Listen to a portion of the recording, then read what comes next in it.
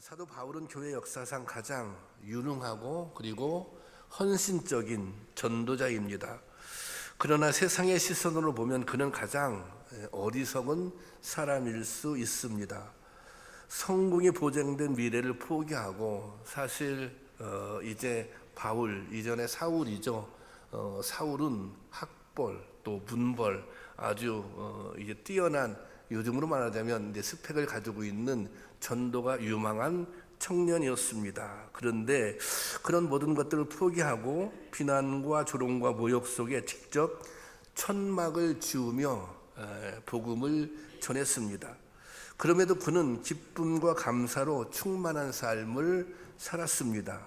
모욕을 받고 또 조롱을 당하고 고난을 당했지만 그는 기쁨과 감사로 충만한 삶을 살았다고 하는 것입니다. 바울은 어떻게 이런 삶을 살 수 있었던 것일까요? 오늘 우리가 읽은 본문에 그 힘의 바탕이 되었던 바울의 자기 고백이 기록되어 있습니다. 본문에서 바울은 자신을 그리스도의 일꾼으로 소개하고 있습니다.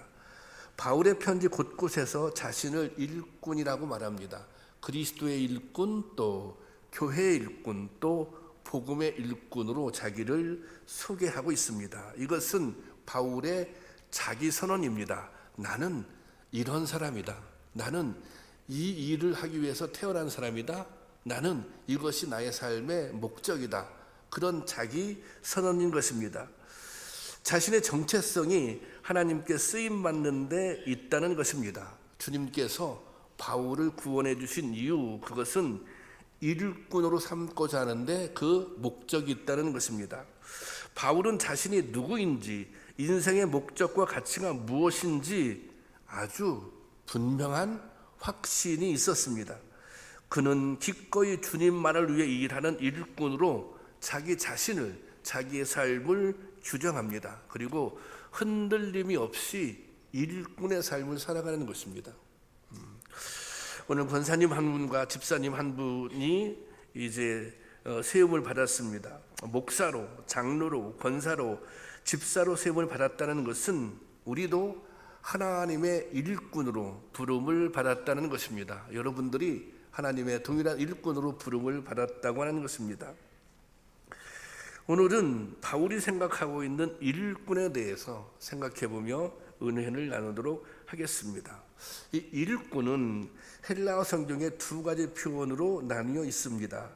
하나는 이 디아코노이인데 이것은 식탁에서 시중을 드는 사람, 그런 뜻을 담겨져 있어요. 그리고 또 하나는 휘페레타스인데 이것은 합성어입니다.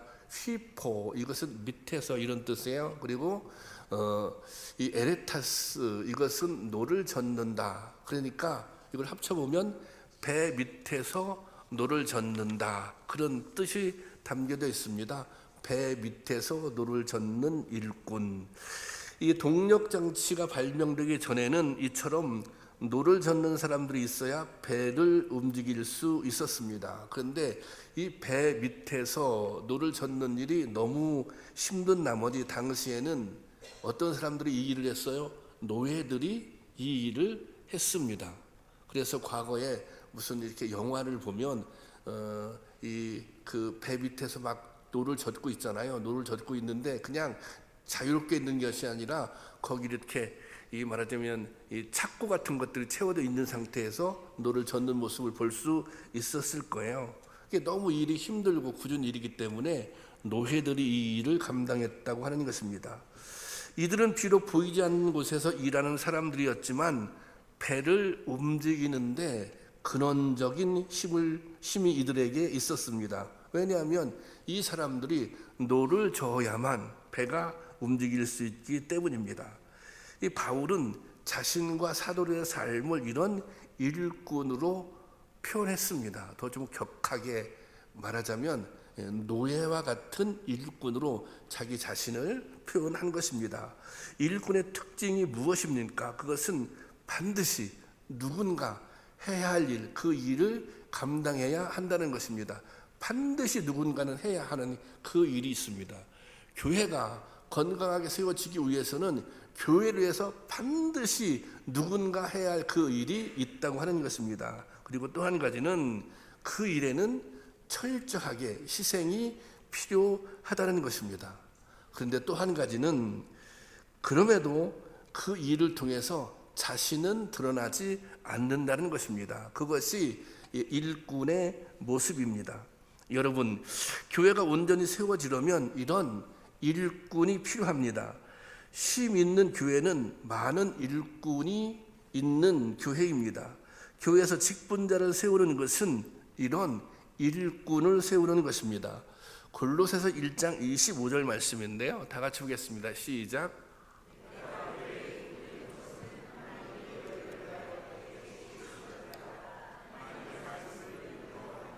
예, 바울은 여기서 자신을 교회의 일꾼 이렇게 고백합니다. 그러면서 교회의 일꾼 된 것은 직분에 따라 하나님의 말씀을 이루려 하심이라 이렇게 고백하고 있습니다. 여러분, 교회는 일꾼들의 헌신을 통해서 세워집니다. 이런 헌신을 통해서 하나님의 역사가 이루어지는 것입니다. 우리 참기쁨 교회가 여기까지 온 것도 헌신하는 일꾼들이 있었기 때문에 가능했던 것입니다. 오늘 저와 여러분들의 헌신을 통해서 참기쁨 교회의 모습이 결정될 것입니다. 든든한 교회로 세워질 것인가, 건강한 교회로 세워질 것인가, 부흥하는 교회로 세워질 것인가, 이것은 우리가 어떤 모습으로 신앙생활을 하는가 거기에 달려 있는 것입니다. 교회는 일꾼이 있는가 하면 또 구경꾼도 있습니다. 구경꾼들은 어떤 일에든 단순 가담할 뿐 구경꾼들은 책임지려고 하지 않죠. 구경꾼들의 특징은 책임지지 않는다는 거예요. 근데 책임지지 않는데 반면에 무엇을 해요? 판단을 합니다. 반면에 무엇을 해요? 평가하거나 또 이제 비판은 합니다. 오늘날 수많은 그리스도인들이 이런 구경꾼처럼 신앙생활을 하고 있다는 것입니다. 그런데 일꾼은 교회 공동체에 대해 관심을 가집니다. 교회 공동체에 대해서 애정을 가집니다. 무언가 교회 공동체에 대해서 자기의 책임을 다하려 합니다. 지난 그 성탄절 전날에 우리 그 1층 주차장 입구에 들어오는 곳에 이 배관이 날씨가 갑자기 추워가지고 그것이 터졌어요. 그래서 그 전날에 주일이었었는데 주일 잠깐 공사를 했는데 또 터져서 제가 저녁 때 와서 그거를 이 물이 이렇게 돌아나오지 못하게 이제 막아놨거든요. 이 성탄절이 끝나고 이제 그것을 이제 공사해야 되는데 장로님이 할 수 있다고. 그래서 이제 권사님 두 분하고 같이 그날이 좀 추웠거든요. 그래서 막 천장을 뜯어내고 거기에 막 물이 쏟아지고 그리고 또 추웠어요 그날이. 그리고 막 용접도 해야 되고. 이게 사실 제가 너무 좀 부담이 돼서 그런 일을 전문적으로 하시는 분들이 있잖아요. 그분들을 불러서 하는 게 좋겠다. 이제 이런 생각을 가졌었는데 사실은 우리 소장로님이 그 구조를 내가 잘 알고 그걸 다 또 그리고 옆자를 부르면 이게 굉장히 더 복잡해진다. 이 구조를 당신이 잘 알고 있으니 내 권사님 몇 분하고 그냥 같이 해보겠다. 그래서 그날 그 성탄절 점심 먹고 그리고 한 2시부터 시작해서 한 6시까지 그 일을 했어요. 저녁은 저하고 같이 먹었는데 그게 굉장히 추웠거든요. 그리고 또 이렇게 천장을 뚫고 올라가야 되고 물도 떨어지고 밑에서 막 이렇게 도와주시는 권사님 두 분이 도와주셨는데 그분도 굉장히 힘들었을 거예요. 그런데 사실은 이것은 왜 이 일을 합니까? 이게 누가 정말 막 무슨 사례비를 주는 것도 아니고 그것은 관심이 있기 때문에 그런 거죠. 그것은 애정이 있기 때문에 그렇게 하는 것입니다. 일꾼은 자신이 할 수 있는 역할이 있다면 그 역할을 찾아서 합니다. 뭔가 일꾼은 문제를 제기하기 전에 자기 스스로 대안이 되려고 노력을 합니다. 그것이 일꾼과 구경꾼의 차이인 것입니다. 여러분들은 일꾼인 것 같습니까?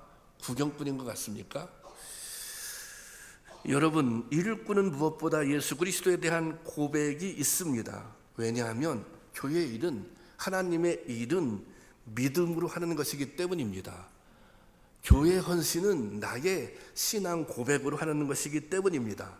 나를 나타내는 것도 아니고 칭찬을 듣는 것도 아니고 이익을 얻는 것도 아닌데 시간도 드리고 또 물질도 드립니다. 그런데 그것을 기꺼이 기쁨으로 감당합니다. 즐거움으로 감당합니다. 이것이 어떻게 가능합니까? 그것은 은혜가 있기 때문에, 받은 은혜가 있기 때문에 가능한 것입니다. 하나님의 사랑을 깨닫고 알기 때문에 가능한 것입니다. 내가 이미 주님께 받았으므로 나 또한 주님을 위해서 무언가 하려고 하는 것입니다.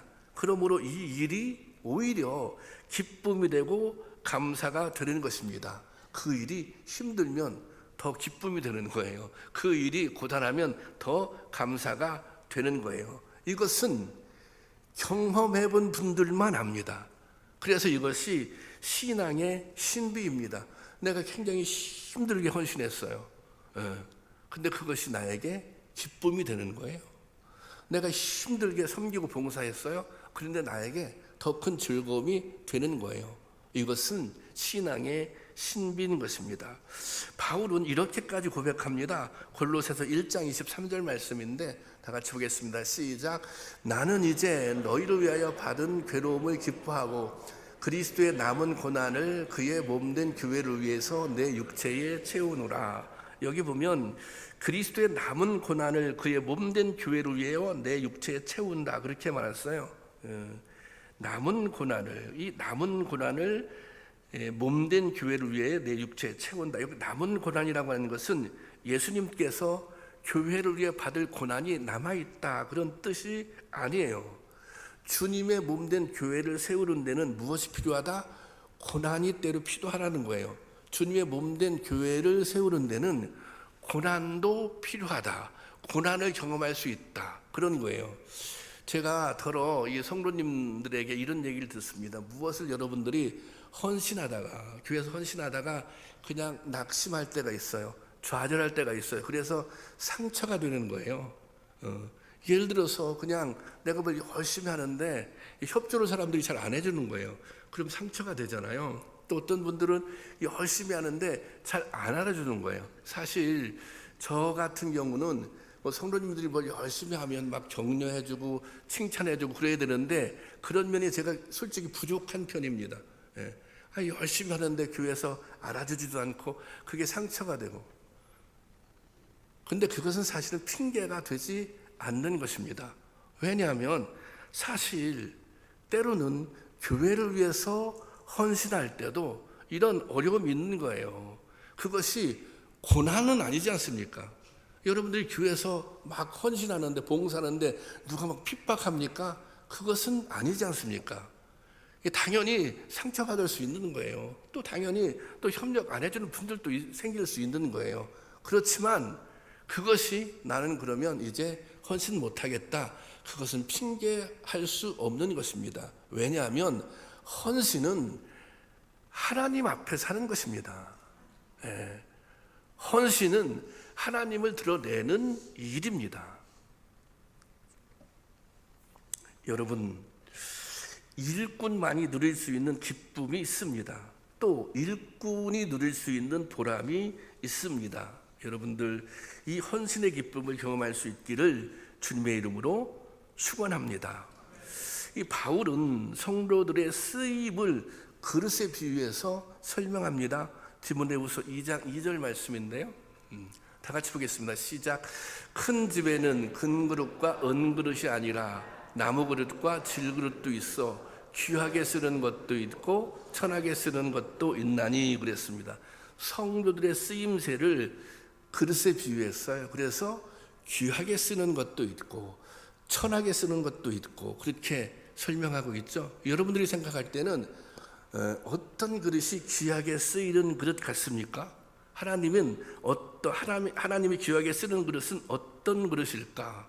저는 하나님이 귀하게 쓰는 그릇은 쉽게 막 쓸 수 있는 그릇입니다. 그것이 귀한 그릇입니다. 저희 집에 아주 오래된 10년도 넘게 된 냄비가 있습니다. 그 냄비는 제가 주로 라면을 끓여 먹을 때 사용하거든요. 이 라면을 끓여 먹을 때 쓰는 것뿐만 아니라 그 무슨 뭐 계란도 삶아 먹고 그리고 그 무슨 이렇게 누룽지도 끓여 먹기도 하고, 전에는 한 10년 전쯤에는 그때는 제가 믹서 커피를 좋아했어요. 그때 믹서 커피 많이 드셨잖아요. 그래서 손님들이 오면 그것을 믹서 커피를 다 잘라서 거기다 탁 넣고 물 넣고 끓여 먹으면 정말 맛있었어요. 그게 저한테 있어서는 그 막 쓰는, 막 언제든지 사용할 수 있는 그 라면 끓여 먹는 냄비가 사실은 가장 귀한 그릇인 것입니다. 일꾼의 중요한 자격은 하나님 보시기에 쉽고 만만해야 하는 것입니다. 왜 이런 경우 있잖아요. 교회 무슨 또 일이 생기면 또 이렇게 이제 그 부탁해야 할 일, 뭐 이걸 이렇게 좀 헌신해 달라고, 이런 일은 봉사해 달라고. 그런데 사실은 그런 부탁은 쉽고 만만해야 하는 거예요. 그렇지 않습니까? 아니, 아무개 권사님은 고상하니까 그 일은 못할 것 같고, 또 아무개 권사님은 성격이 좀 까다로우니까 그 일을 못할 것 같고, 아니, 아무개 권사님은, 아무개 집사님은 너무 깔끔해서 굳은 일은 하지 않을 것 같고, 그렇게 생각한다면 누구를 시킬 수 있겠습니까?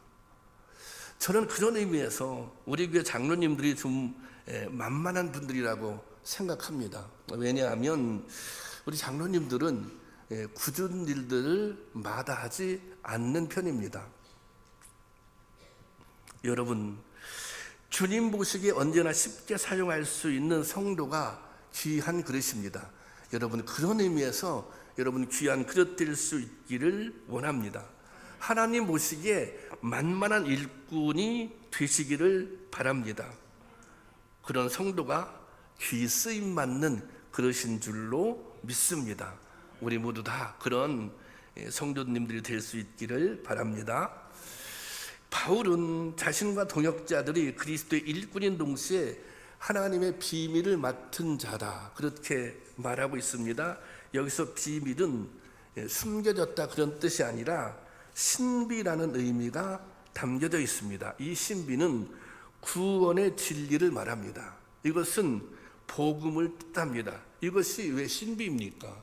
복음이 왜 신비입니까? 구원의 진리가 왜 신비입니까? 그것은 믿고 받아들이는 사람만이 알 수 있기 때문입니다. 믿음으로 받아들이는 사람만이 그 은혜가 무엇인지를, 그 능력이 무엇인지를 아는 거예요. 그래서 이것이 감추어진 신비인 것입니다. 바울은 이 구원의 진리를 어떻다? 맡았다, 그렇게 말하고 있습니다. 그렇다면 맡는다는 것이 무엇인가? 오늘 본문을 제가 3번역으로 올려놨는데요, 이건 제가 보겠습니다. 사람은 이와 같이 우리를 그리스도의 일꾼이요 하나님의 비밀을 맡은, 그 다음 보세요, 관리인으로 보아야 합니다. 여기서 맡았다고 하는 것은 무슨 뜻이에요? 관리인이라고 하는 뜻이 있습니다. 그리고 또 이런 경우 관리인에게 요구되는 것은, 이건 맡은 자에게 요구되는 것은 신실성, 여기서는 충성을 신실성 이렇게 해석해 놓았습니다. 이 관리, 그러니까 관리인이라는 관리인, 이것은 또 어떤 의미도 담겨져 있냐면 청직이라고 하는 의미도 담겨져 있습니다. 이 관리인은 주인의 권위를 위임받아서 모든 일들을 주인의 뜻에 따라 처리하는 사람입니다. 그 사람이 관리인이에요. 그 사람이 청지기예요. 그러면 청지기를 누구를 세웁니까? 주인이. 청지기는 신뢰할 만한 사람을 세우는 거예요. 믿을 만한 사람을 세우는 거예요. 바울은 하나님께서 자기를 믿을 만한 사람으로 여겨서, 신뢰할 만한 사람으로 여겨서 사도의 직임을 맡겼다는 거예요. 그래서 그것이 바울이 감사하다는 것입니다. 디모데전서 1장 12절 말씀 보겠습니다. 다 같이 볼게요. 시작.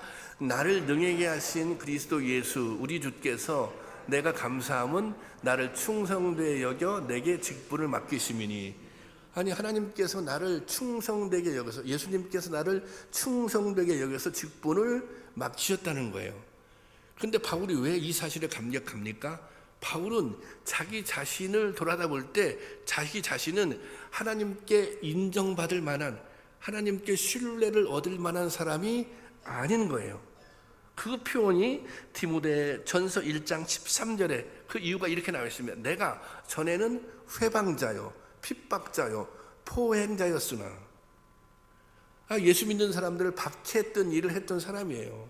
예수 믿는 사람들을 못 살게 굴었던 사람이에요. 그래서 심지어 15절에 보면 이런 표현도 나와요. 나는 죄인 중에 괴수다, 이런 표현도 나와요.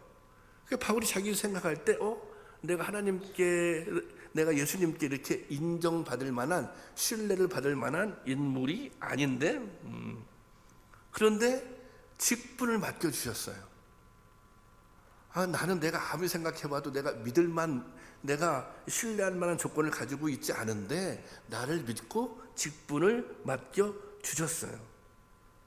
그래서 이 바울은 그것을 은혜라고 고백합니다. 디모데전서 1장 4절 14절 말씀입니다. 다 같이 보겠습니다. 시작. 우리 주의 은혜가 그리스도 예수 안에 있는 믿음과 사랑과 함께 넘치도록 풍성하였도다. 이게 뭐예요? 은혜라는 거예요. 자격이 없는데 주어졌으니 은혜라고 하는 것입니다. 여러분 다 여기 많은 분들이 권사님이세요, 집사님이세요, 또 장로님도 계신데 여러분들이 직분을 받을 때 나는 자격이 충분하다 그렇게 생각하시면서 직분을 받으셨습니까? 나는 직분을 받을 때 나는 자격이 충분해, 그럴 만한 사람이야, 그래서 직분을 받으셨나요? 여러분 마음속에 그렇지 않을 거예요.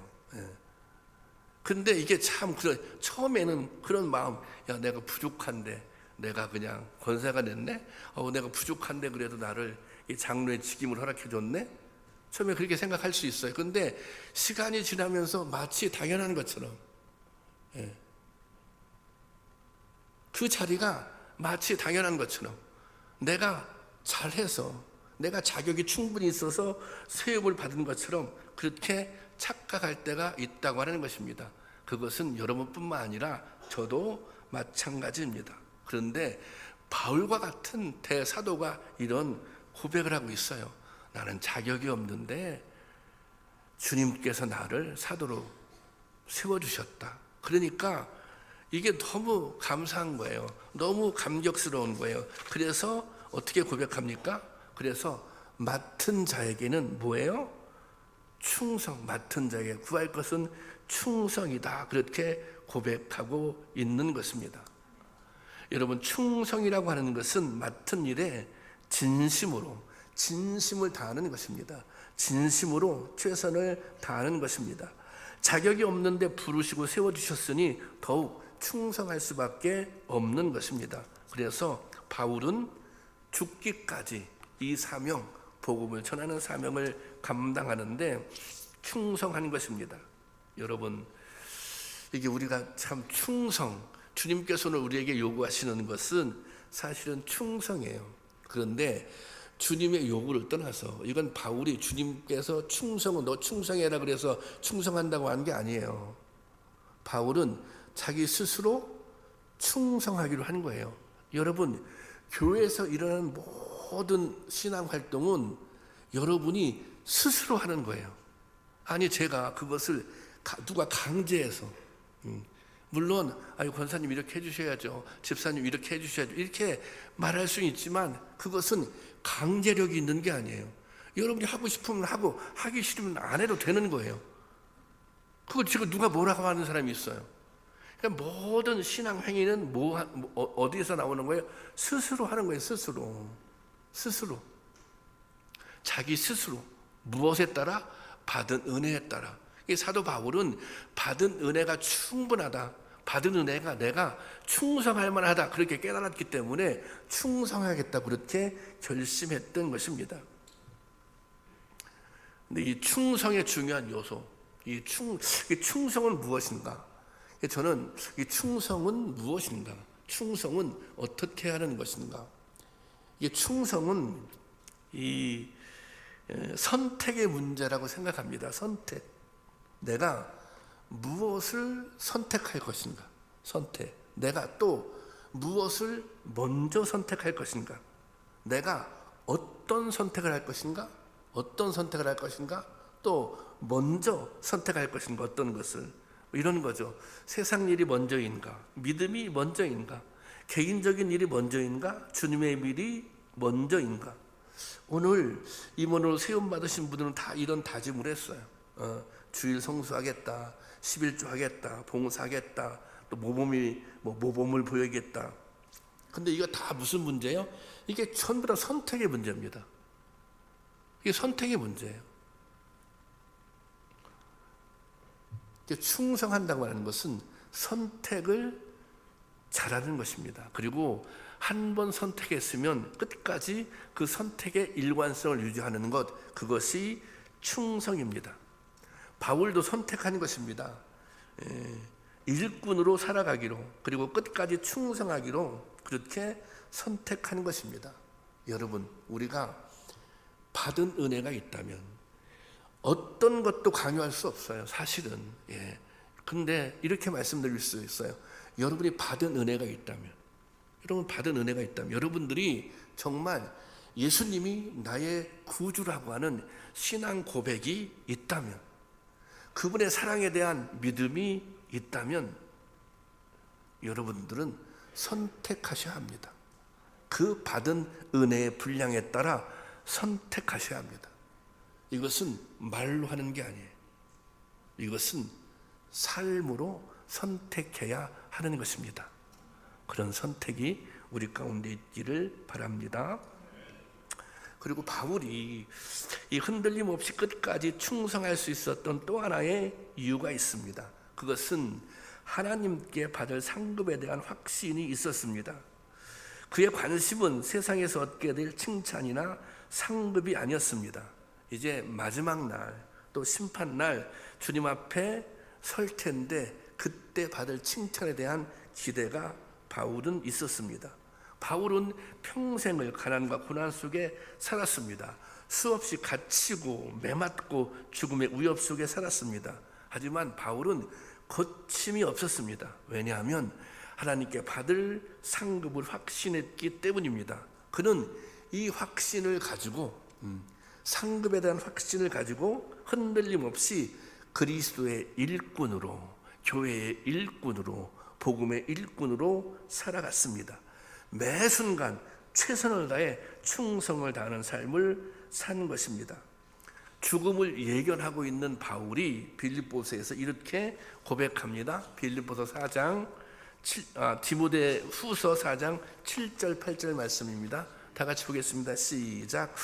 나는 선한 싸움을 싸우고 나의 달려갈 길을 마치고 믿음을 지켰으니, 그 다음, 이에 후로는 나를 위하여 의의 면류관 예비되었으므로 주 곧 의로운 재판장이 그날에 내게 주실 것이며 내게만 아니라 주의 나타나심을 사모하는 모든 자에게도니라. 자, 바울은 그래요. 선한 싸움을 싸우고 믿음을 지키고 달려갈 길을 다 달려갔어요. 이제 죽음이 그를 기다리고 있어요. 순교가 그를 기다리고 있는 거예요. 근데 바울은 그 순교, 그 마지막이 기대가 돼요. 그 마지막이 두려움, 그 마지막이 아쉬움이 아니라 그 마지막을 기대하고 있어요. 왜냐하면 주님께 받을 칭찬, 상급이 있다고 믿었기 때문입니다. 저는 이 말씀을 묵상하면서 이제 박송윤 장로님이 생각이 났어요. 내일이 이제 2주기입니다. 벌써 돌아가신 지 2주기가 되는데, 저는 박송윤 장로님이 그 이제 항암을 하면서, 물론 그것 때문에 마지막에 돌아가신 건 아니지만, 한 번도 죽음에 대해서 두렵다, 죽는 것이, 그걸 한 번도 느껴본 적이 없어요. 물론 주변에 있는 분들도 다 경험했을 거예요. 오히려 이 죽음이 두려우는 것이 아니라 기대가 되는 거예요. 기대가. 내가 죽은 다음에 대한 내가 이 하늘나라에 들어간다는 것에 대한 기대를 가지고 있었던 분입니다. 그래서 정말 끝까지 나름 최선을 다해서 신앙생활을 하셨다고 하는 것입니다. 이 얼마나 멋있는 고백입니까? 우리도 인생의 마지막 순간이 다가올 때 이렇게 고백할 수 있겠습니까? 하나님 앞에 서는 순간을 생각하는 사람은 오늘을 함부로 살지 않습니다. 이 중요한 말씀이에요. 우리가 언젠가 나는 하나님 앞에 설 거야. 하나님께서 나를 판단하시는 그날이 올 거야. 그러면 우리가 오늘을 함부로 살 수 없는 것입니다. 존 웨슬리 목사님이 마지막 날에 우리가 주님 앞에 설 때 다음과 같은 세 가지 질문을 받게 될 것이다. 그런 말을 했어요. 첫째는 뭐냐면 내게 준 시간을 어떻게 관리했는가? 내게 수많은 시간이 주어졌는데 그 시간을 어떻게 관리했는가? 또 한 가지는 내게 준 재산을 어떻게 사용했는가? 내가 가지고 있는 물질을 어떻게 사용했는가? 세 번째는 자녀들을 어떻게 양육했는가? 이 세 가지 질문을 받게 될 것이다. 이것이 아주 중요한 평가 기준이 될 것이다. 내가 시간을 어떻게 관리했는가? 내가 물질을 어떻게 사용했는가? 내가 자녀들을 어떻게 양육했는가? 이 질문이 우리의 삶을 판단하는 중요한 기준이 될 것이다. 그런 얘기를 했어요. 여러분들은 이 질문에 어떻게 대답할 수 있겠습니까? 바울은 하나님 나라에 갔습니다. 바울이 하나님 나라에서 어떤 상급을 받았는지 알 수가 없습니다. 여러분들도 이 다음에 하나님 나라 가서 바울이 어떤 상급을 받았는지 한번 확인해 보시기 바랍니다. 그런데 그것보다 더 중요한 것이 있습니다. 그것은 믿음으로 살았던 그렇게 일꾼으로 살았던 바울의 열매들입니다. 이 바울을 통해서 수많은 이방 지역들, 당시 유럽까지 복음이 전도되었습니다. 복음이 전파되었습니다. 이 바울을 통해서 수많은 사람들이 주님을 영접했습니다. 또 바울을 통해서 수많은 교회들이 세워졌습니다. 그리고 사실 우리가 예수님을 믿게 된 것도 어찌 보면 이방 선교에 앞장섰던 그것을 사명으로 삼았던 바울의 열매일 것입니다. 여러분들은 현재 어떤 열매를 맺으며 살아가고 계십니까? 여러분들은 여러분들의 신앙의 발자취에 무엇을 남기시겠습니까? 여러분들은 오늘 어느 정도 수준의 일꾼으로 살아가고 계십니까? 우리는 하나님의 부르심에 따라 오늘 우리가 이곳에 있습니다. 하나님께서는 오늘도 일꾼을 찾으십니다. 보이지 않는 곳에서 노를 젓는 사람들처럼 묵묵히 헌신할 일꾼을 찾으십니다. 세상 끝까지 복음을 전한 사명을 맡은 선한 청지기를 찾으십니다. 여러분, 구경꾼이 되지 말고 일꾼이 되시기 바랍니다. 그 부르심에 따라 주님의 일꾼으로 쓰임 있는 우리 모두가 될 수 있기를 주님의 이름으로 축원합니다.